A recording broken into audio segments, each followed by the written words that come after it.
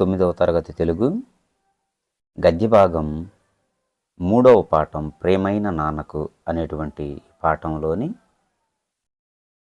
భాషాంశాలను గురించి ఇప్పుడు తెలుసుకుందాం.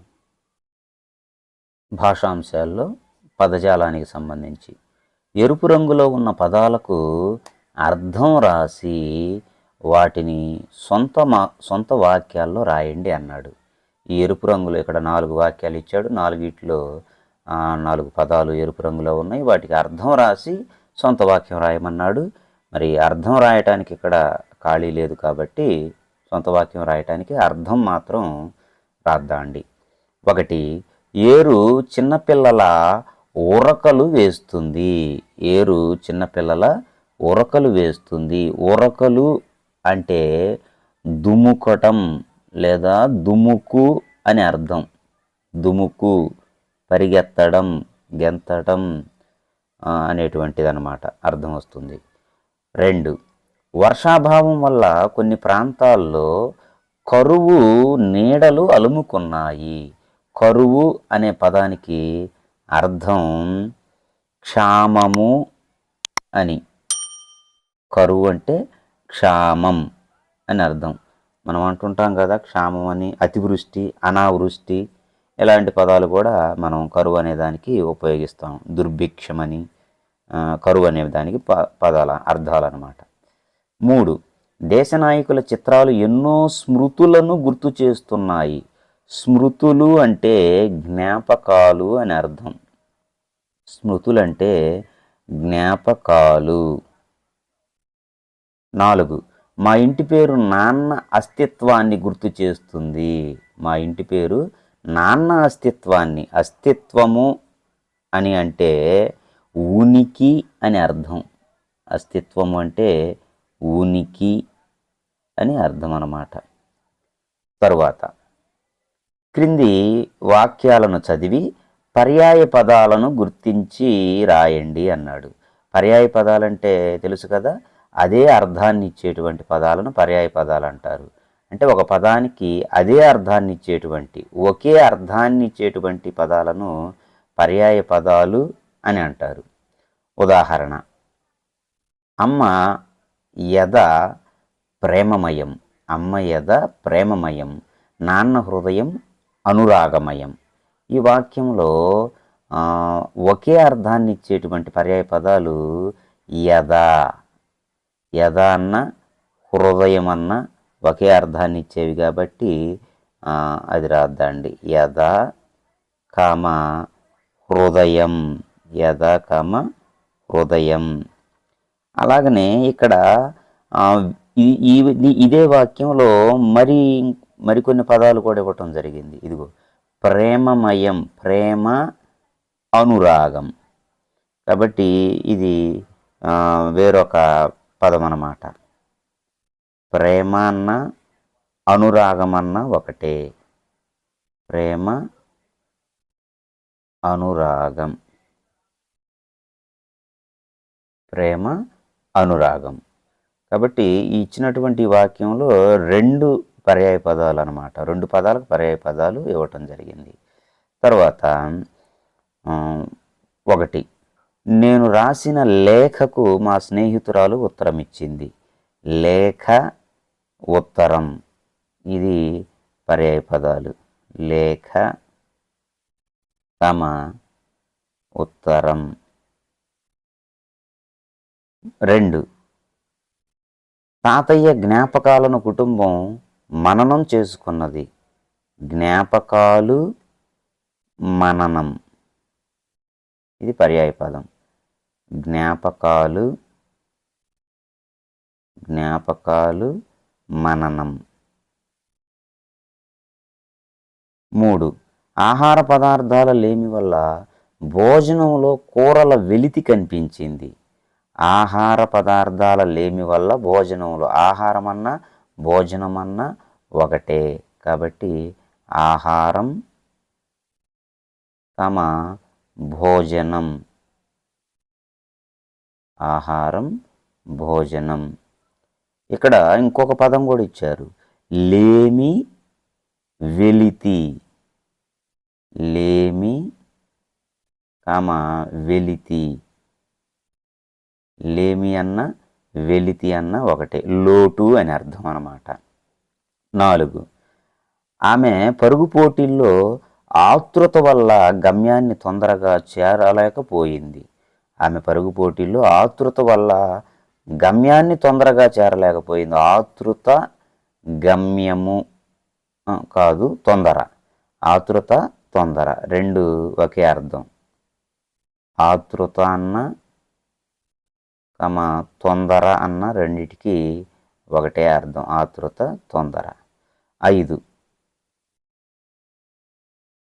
పశువుల గుంపులో బెదురుకున్న గొడ్డు భయంతో పరుగు పెట్టింది. పశువుల గుంపులో, పశువు గొడ్డు రెండిటికి ఒకటే అర్థం. పశువు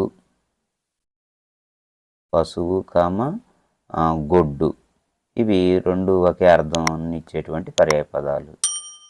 పశువుల గుంపులో బెదురుకున్న గొడ్డు భయంతో పరుగు పెట్టింది. బెదురు అన్న భయము అన్న ఒకటే పర్యాయ పదం.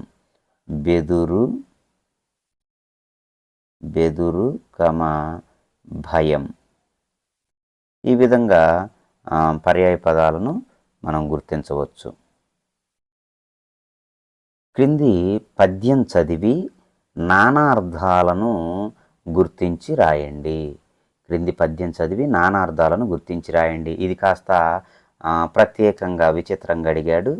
సహజంగా నానార్థాలు పదాలు ఇచ్చి వాక్యంలో నానార్థాలు రాయమంటాడు, కానీ పద్యం ఇచ్చి పద్యంలో గల నానార్థాలను గుర్తించమంటున్నాడు. ఇది ప్రత్యేకమైందన్నమాట. పద్యాన్ని ఒకసారి గమనించండి, చదువుతాను.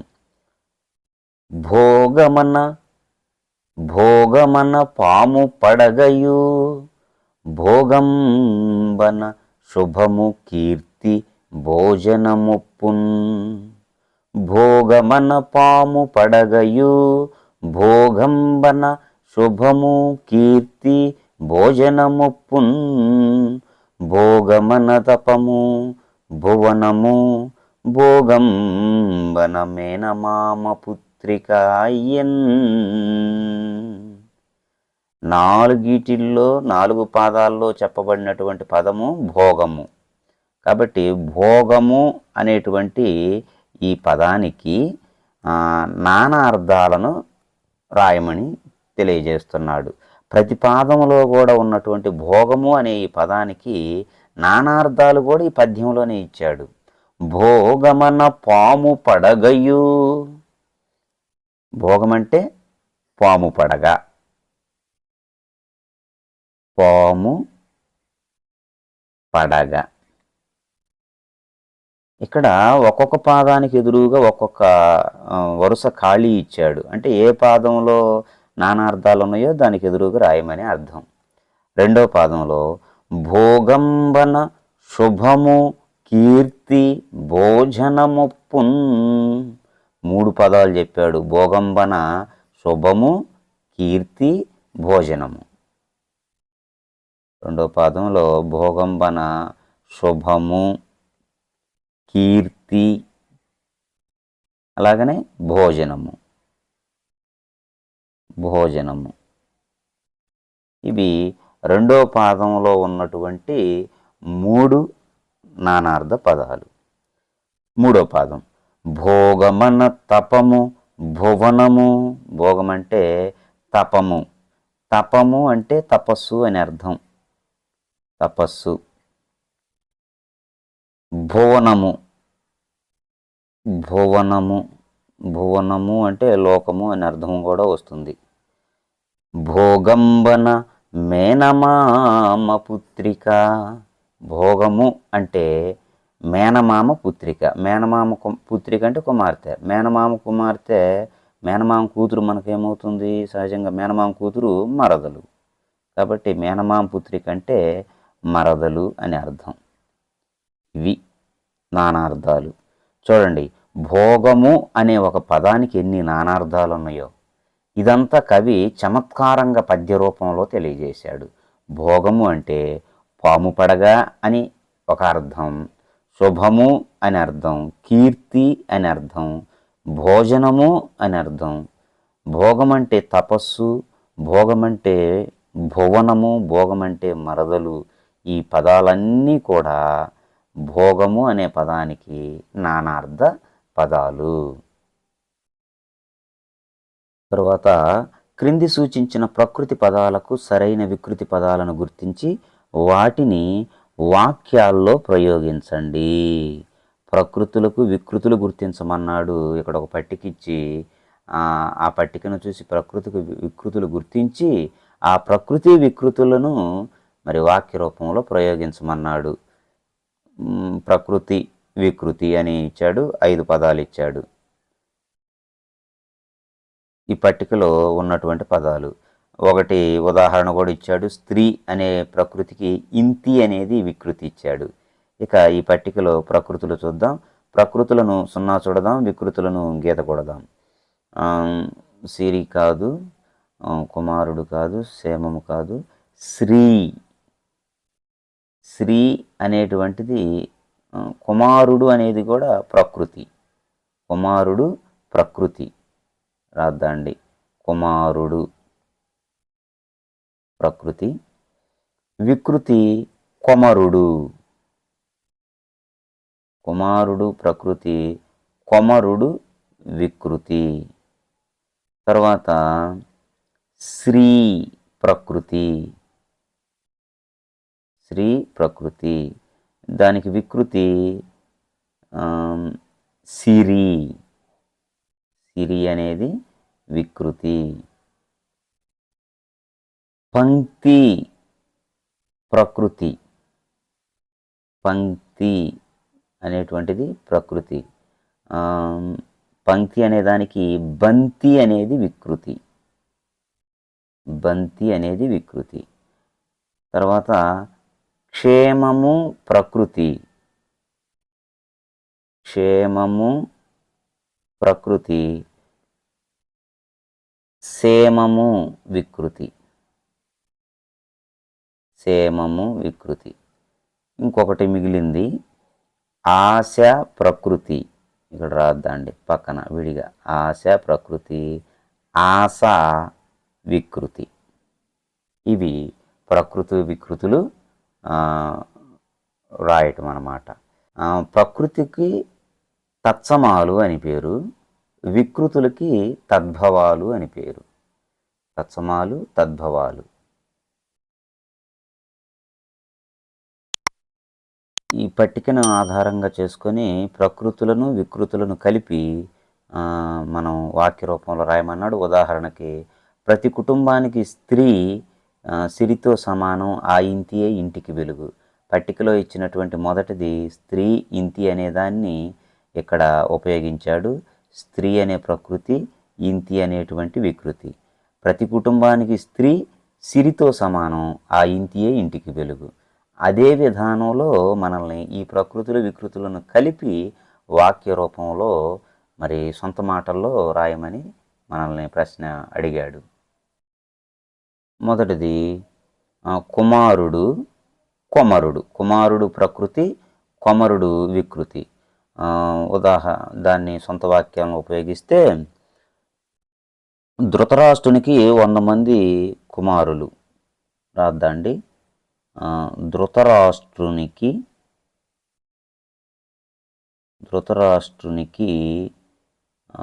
100 మంది కుమారులు. 100 మంది కుమారులు.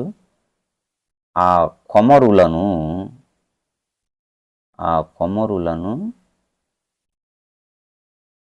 కౌరవులు అంటారు. ఆ కొమరులను కౌరవులు అంటారు. ధృతరాష్ట్రునికి 100 మంది కుమారులు, ఆ కొమరులను కౌరవులు అంటారు. కుమారులు అంటే ఇది బహువచనం ఇచ్చాము, కానీ కుమారుడు వచ్చింది, కొమరుడు అనేటువంటిది ప్రకృతి వికృతి. ఈ విధంగా అన్నమాట. తర్వాత రెండవది శ్రీ సిరి. శ్రీ సిరి అనేటువంటి దాన్ని, శ్రీలక్ష్మిని పూజిస్తే లేదా శ్రీలక్ష్మిని సేవిస్తే, శ్రీలక్ష్మిని లేదా శ్రీలక్ష్మి సిరిని ప్రసాదిస్తుంది. శ్రీలక్ష్మి సిరిని ప్రసాదిస్తుంది. శ్రీ వచ్చింది, సిరి వచ్చింది, ప్రకృతి వికృతి. తర్వాత పంక్తి బంతి. పంక్తి బంతి. పంక్తి అంటే వరుస అని అర్థం, బంతి అన్నా కూడా వరుస అని వికృతి అన్నమాట. పంక్తి అనేది వరుస అని అర్థం, పంక్తులు అని అంటాం. బంతి బువ్వ అంటాం కదా మనం మామూలుగా. బంతి బువ్వ అంటే వరుసగా కూర్చొని తినేటువంటి భోజనము అని అర్థం. దాన్ని పంక్తి అనే దానికి వికృతిగా మనం బంతి అంటాం. ఇది జన వ్యవహారంలో బాగా ప్రాచుర్యంలో ఉంది. ఈ రెండు పదాలను ఉపయోగించి సొంత వాక్యం రాద్దాం. విద్యార్థులందరూ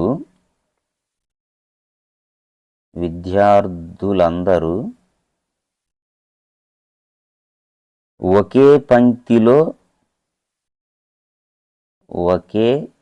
పంక్తిలో అంటే ఒకే వరుసలో, విద్యార్థులందరూ ఒకే పంక్తిలో బంతి బువ్వ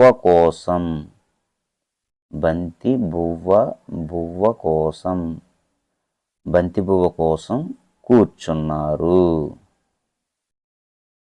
విద్యార్థులందరూ ఒకే పంక్తిలో, పంక్తి ప్రకృతి, బంతి వికృతి, బంతి బువ్వ కోసం కూర్చున్నారు. తర్వాత క్షేమము క్షేమము. నేను క్షేమంగా ఊరికి వెళ్ళి, నేను క్షేమంగా ఊరికి వెళ్ళి మా మేనమామ క్షేమమని తెలుసుకున్నాను. మా మేనమామ క్షేమమని తెలుసుకున్నాను.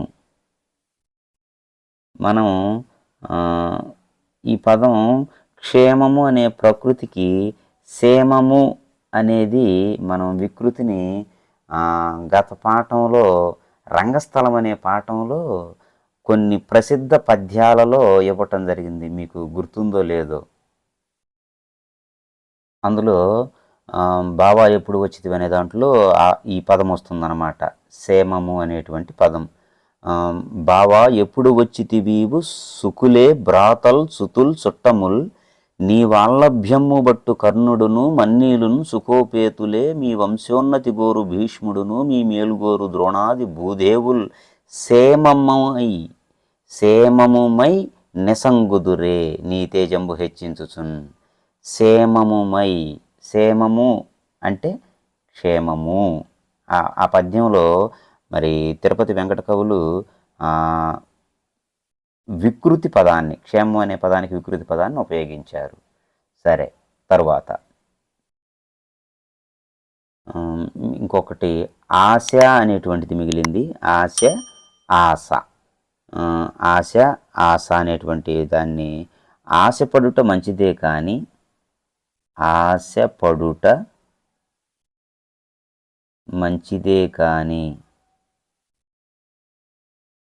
ఆశపడుట మంచిదే కానీ ఆశకు హద్దుండాలి.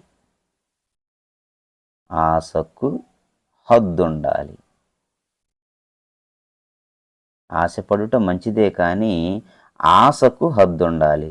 ఆశ ప్రకృతి, ఆశ వికృతి. ఇవి మరి ఈ పాఠంలో ఇవ్వబడినటువంటి భాషాంశాలు. మనం తర్వాత వీడియోలో వ్యాకరణాంశాలను గురించి క్షుణ్ణంగా తెలుసుకుందాం.